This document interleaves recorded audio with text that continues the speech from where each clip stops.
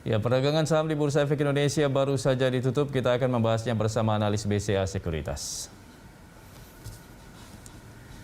IHSG ditutup melemah, meninggalkan level 6.700. Dan untuk membahas bagaimana arah IHSG, kita telah bersama Ahmad Yaki, analis BCA Sekuritas. Ya, Mas Yaki, kita lihat hari ini IHSG melemah. Kira-kira dari analisa Anda secara teknikal dan juga fundamental, apa nih yang mempengaruhi kinerja IHSG hari ini? Kalau dari kami sendiri melihat ini secara teknikal juga memang IHSG masih cenderung konsolidasi dari resisten ya. Di area 6680 sampai 6730-an memang IHSG masih rawan untuk profit taking, dan secara fundamental juga current PE-nya saat ini masih di area 26 kalian dengan PBV sekitar 2,0-an. Jadi ini memang secara valuasinya juga masih lebih tinggi daripada regionalnya. Kalau kita compare dengan Shanghai Com, lalu Hong Kong dan Malaysia sendiri, ini masih jauh di bawahnya IHSG valuasinya. Jadi memang secara valuasi memang lebih mahal, walaupun kalau kita tahu year to date IHSG masih terhitung yang cukup lagging pergerakannya. Year to date hanya naik sekitar 8% dibandingkan dengan indeks-indeks di regionalnya sendiri. Ya, lalu bagaimana prospek IHSG hingga akhir pekan ini, dan kira-kira apa faktor-faktor yang menjadi katalis positif atau juga negatif bagi IHSG? Untuk minggu ini sepertinya belum ada yang cukup signifikan untuk mengangkat IHSG ya, karena kalau dilihat dari pergerakan, dari rilis data ekonomi juga belum ada yang signifikan untuk dirilis di minggu ini, baik dari nasional maupun dari regional dan global. Lebih kepada movernya lebih ke harga komoditas ya, kemungkinan dari harga minyak dan batu bara, karena memang dalam 2 hari terakhir, 3 hari terakhir dari akhir minggu lalu, batu bara naik cukup signifikan, dan mungkin fluktuatif harga minyak akan membantu IHSG untuk kenaikannya lebih tinggi, karena beberapa sentimen lain mungkin lebih dari aksi korporasi beberapa emiten juga belum cukup kuat untuk mengangkat IHSG. Ya, dari sentimen global kita tahu Jerome Powell kembali dicalonkan oleh Joe Biden untuk menjadi gubernur The Fed begitu. Nah, kira-kira seberapa besar efeknya Jerome Powell ini kembali seandainya menjabat sebagai gubernur The Fed bagi kinerja IHSG? Potensinya harusnya lebih positif ya kalau menurut saya sendiri, karena bagaimanapun juga kebijakannya akan lebih jelas selebihnya seperti apa, karena kita tahu kebijakan Powell sendiri sudah jelas sampai Fed meeting-nya kemarin lebih dovish, dan cenderung tapering juga akan dimulai juga skemanya udah jelas. Jadi dengan kelanjutannya Jerome Powell sebagai ketua The Fed, harusnya kebijakan The Fed juga lebih jelas, lebih clear ke depannya seperti apa, dan kita harusnya pasar udah lebih tahu antisipasinya akan seperti apa, dan sebenarnya ini lebih positif sih buat IHSG. Ya, kalau dari sentimen domestik sendiri, ada kebijakan perpanjangan PPKM, apakah ini akan bisa membebani kinerja IHSG? Kemungkinan iya, karena bagaimanapun juga kebijakan PPKM yang kemungkinan akan diperketat di akhir tahun, karena memang kebijakan akhir tahun untuk mencegah perkembangan pandemi lagi. Ini kemungkinan lebih akan menekan di sektor realnya ya, retail terutama, dan pariwisata di real sektor dari bisnisnya. Jadi memang nggak semua bisnis, karena juga ini juga nggak terlalu panjang kan, dari akhir tahun sampai awal tahun aja, dan selebihnya kemungkinan juga akan kembali normal dari pemerintah sendiri. Ya, kita lihat hari ini ada beberapa sektor yang ikut berkontribusi atas melemahnya IHSG, seperti saham-saham di sektor transportasi. Padahal kita tahu bahwa ini mobilitas masyarakat sudah mulai tinggi, tapi justru saham transportasi ini memberikan kontribusi besar atas pelemahan IHSG. Analisa Anda?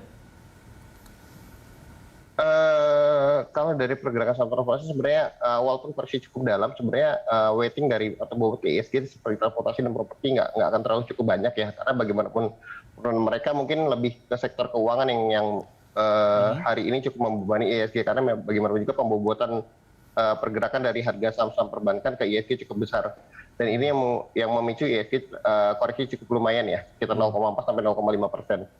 Ini sih lebih karena profit taking aja sih sebenarnya, nggak terlalu ada data yang negatif, karena kalau kita lihat sampai Oktober itu data penurunan kredit masih cukup membaik, dan kalau kita lihat juga perkembangan restrukturisasi kredit yang dilukis oleh OJK juga cukup menurun, melandai untuk sektor perbankan. Jadi harusnya ini bagus sih sebenarnya secara bisnis, teman memang lebih ke profit taking aja.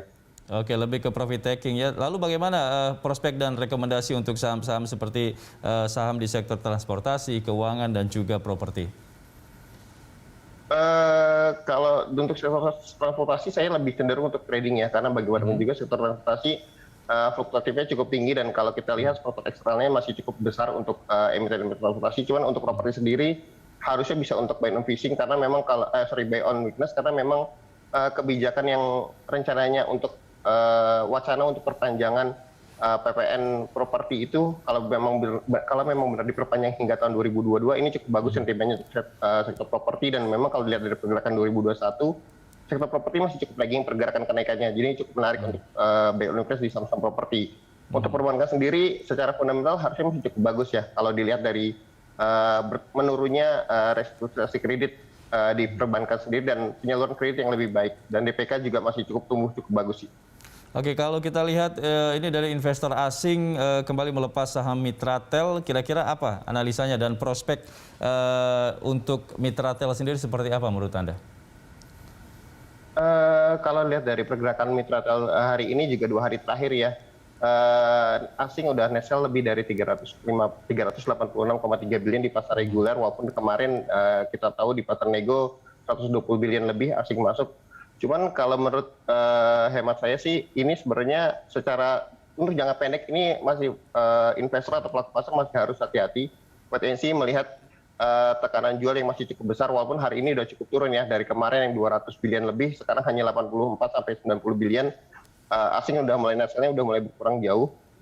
Cuman potensi tekanan jual masih cukup ada. Cuma selama bertahan di atas 700, potensi menarik untuk potensi atau cicil beli di saham MTEL sendiri, karena secara valuasi untuk jangka panjang menurut saya dengan asumsi VBV sekarang di sekitar 2,0, lalu di average industrinya sekitar 3,5 sampai 3,9.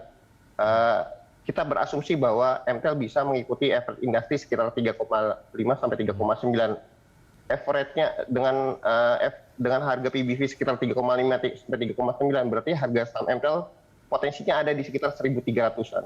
Jadi masih cukup besar upside-nya. Cuman memang saat ini untuk jangka pendek tekanan penurunannya masih cukup besar ya.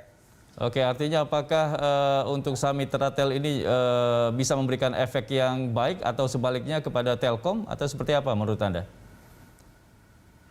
Harusnya dengan bisnis yang sekarang udah jauh lebih bagus, dan memang dia salah satu pemain menara telco yang cukup paling besar ya di antara pesaing lainnya, dan dia juga masih anak usaha BUMN, dan secara bisnis juga towernya di luar Pulau Jawa dan Bali masih cukup bagus, masih cukup banyak, jadi harusnya perkembangannya masih cukup bagus untuk emiten Telkom sebagai induknya ya. Oke, nah di luar dari rekomendasi dan juga prospek yang Anda sampaikan tadi dari BCA Sekuritas sendiri, kira-kira saham di sektor apa saja yang patut dicermati dan juga dikoleksi, Mas Yaki? Untuk besok atau untuk akhir tahun, Mas? Untuk besok dan dalam sepekan ini?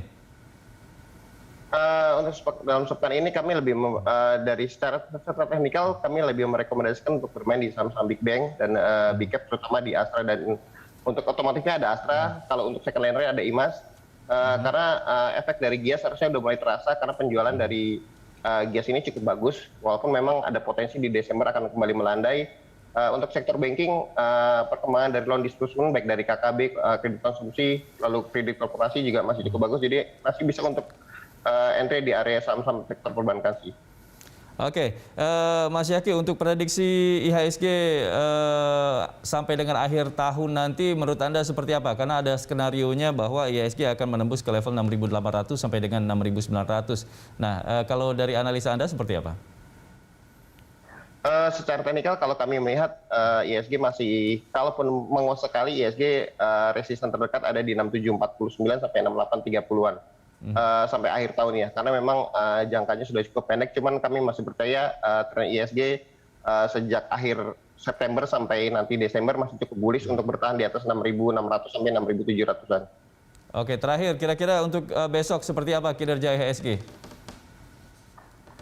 Untuk besok sendiri potensi penurunan masih ada, cuman menurut saya besok lebih untuk bottom fishing untuk buy on weakness IHSG-nya, karena pergerakannya IHSG penurunannya kalaupun masih menyentuh area 6.600 sampai 6.045, potensi IHSG untuk technical rebound cukup besar untuk menguji resisten kembali di area 6.690 sampai 6.720-an.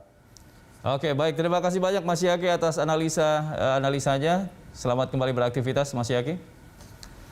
Ya, selamat. Pemirsa, demikian tadi Ahmad Yaki, analis BCA Sekuritas.